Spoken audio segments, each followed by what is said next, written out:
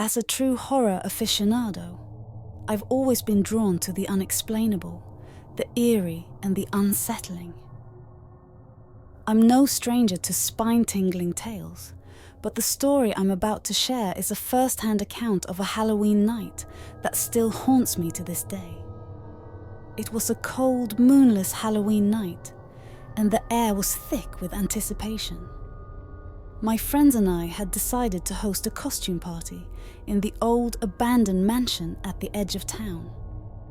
The place had a reputation for being haunted, but that only added to the allure. It was the perfect setting for a night of spooks and scares. I dressed as a classic vampire, complete with fake fangs and a dramatic cape. The mansion was dimly lit with candles and jack-o'-lanterns, casting eerie shadows on the peeling wallpaper.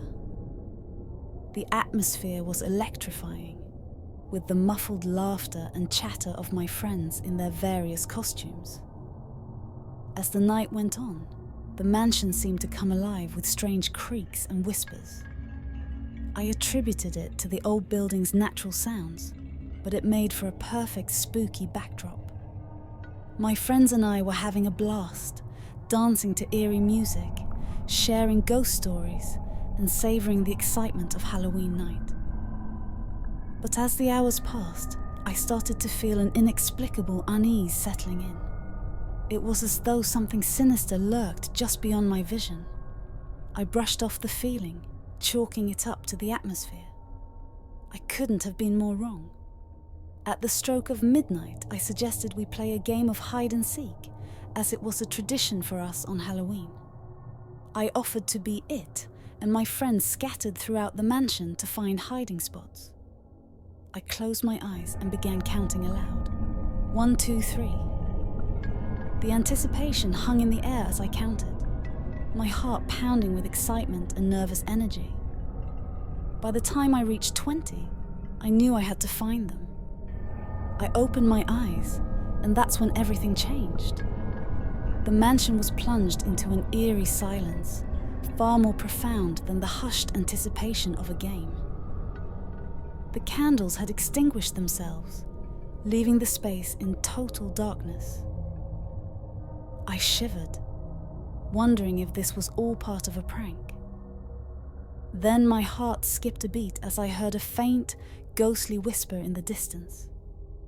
I strained to listen, and the voice seemed to beckon me from somewhere deeper within the mansion. It was a voice I recognized but couldn't quite place. Driven by an inexplicable compulsion, I ventured further into the darkness. As I navigated the pitch-black corridors, the whisper grew louder, and I could finally make out the words, "Come find me." My blood ran cold as the voice grew more insistent, but I had to find its source. In my mind, I knew this was a bad idea, that I should run, but I couldn't resist the urge to obey. The voice was pulling me like a siren's call, deeper and deeper into the mansion's labyrinth. Finally, I stumbled upon a room I'd never seen before. It was adorned with old, cracked mirrors that reflected my terrified face back at me. In the center of the room was a sinister-looking altar adorned with strange symbols. I couldn't help but feel a terrible sense of déjà vu, as though I'd been here before. At the altar lay my friends, unconscious and arranged in a bizarre, ritualistic manner. Panic set in as I realized I had no memory of how I'd ended up in this room, or what had transpired to lead me here. Just as I was about to flee, the voice returned, chilling me to the core. "Join us." I turned to see a figure standing in the shadows, cloaked in darkness. As the figure stepped into the faint moonlight that filtered through the room's only window, I was confronted with a horrifying sight. It was me, my own doppelganger, staring back at me with malevolent eyes. I was paralyzed with fear, unable to comprehend what I was witnessing. The doppelganger grinned, revealing sharp, gleaming fangs. "Happy Halloween!" it hissed, before lunging at me. The next thing I knew, I was jolted awake, lying on the cold, hard floor of the mansion. The candles were once again lit, and the sounds of laughter and merriment filled the air. My friends were all around me, asking if I was okay. But I couldn't shake the sense that something terrible had transpired, something I couldn't remember. My Halloween memory was lost, replaced by a harrowing experience I could never forget. To this day, I still wonder what happened during that lost Halloween memory. Was it all a nightmare, a hallucination, or something far more sinister? One thing is for certain. I'll never look at Halloween the same way again.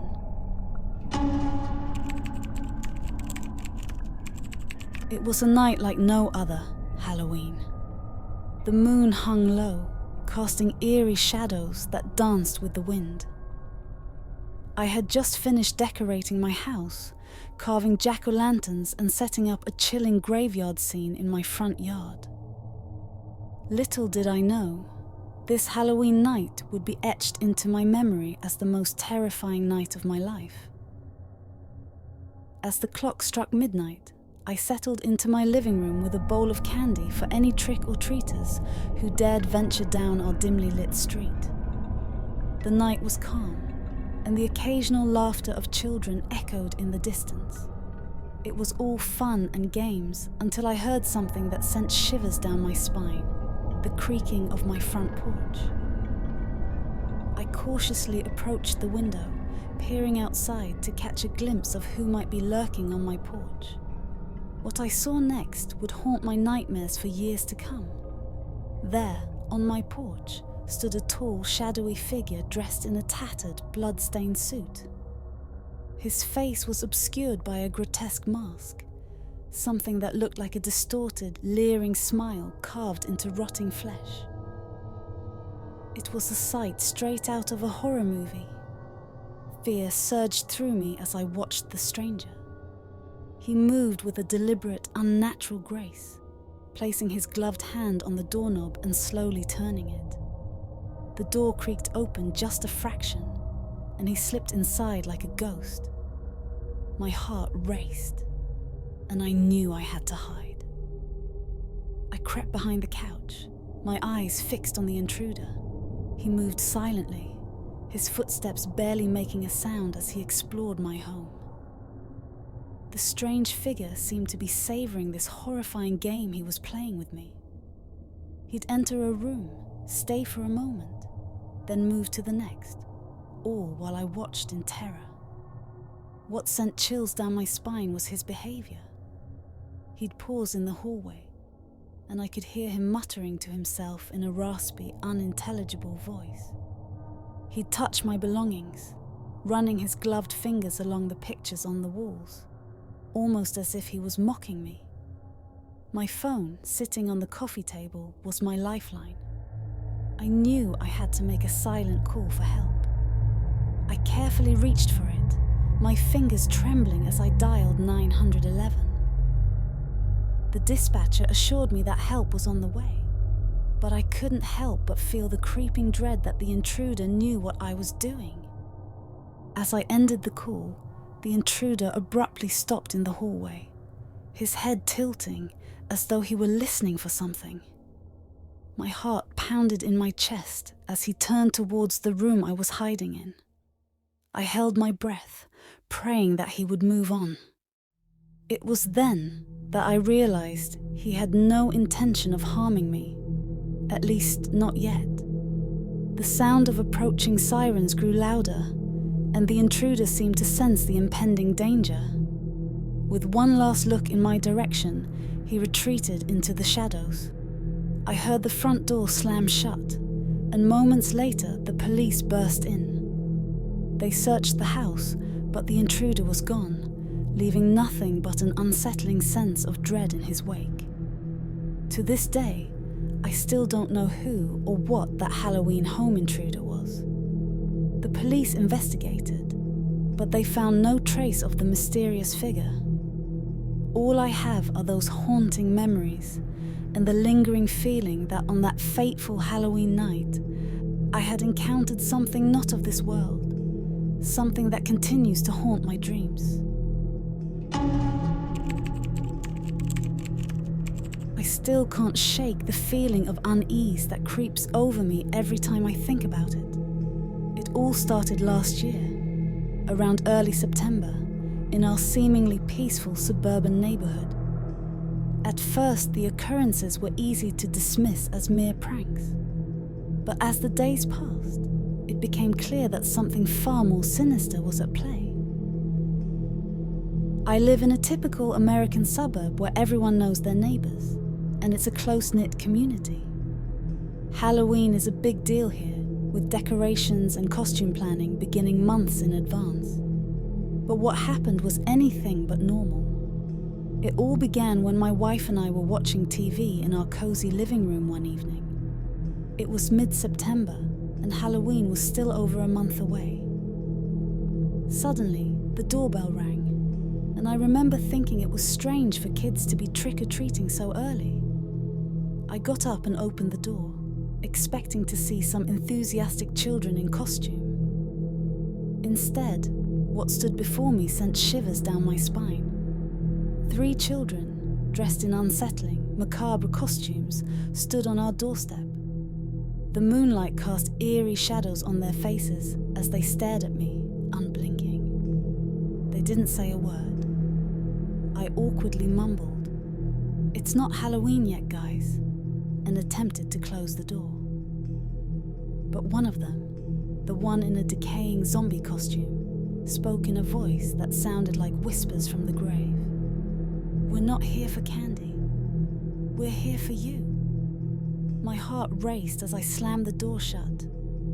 My wife and I exchanged bewildered glances, wondering if we had just encountered kids with a twisted sense of humor.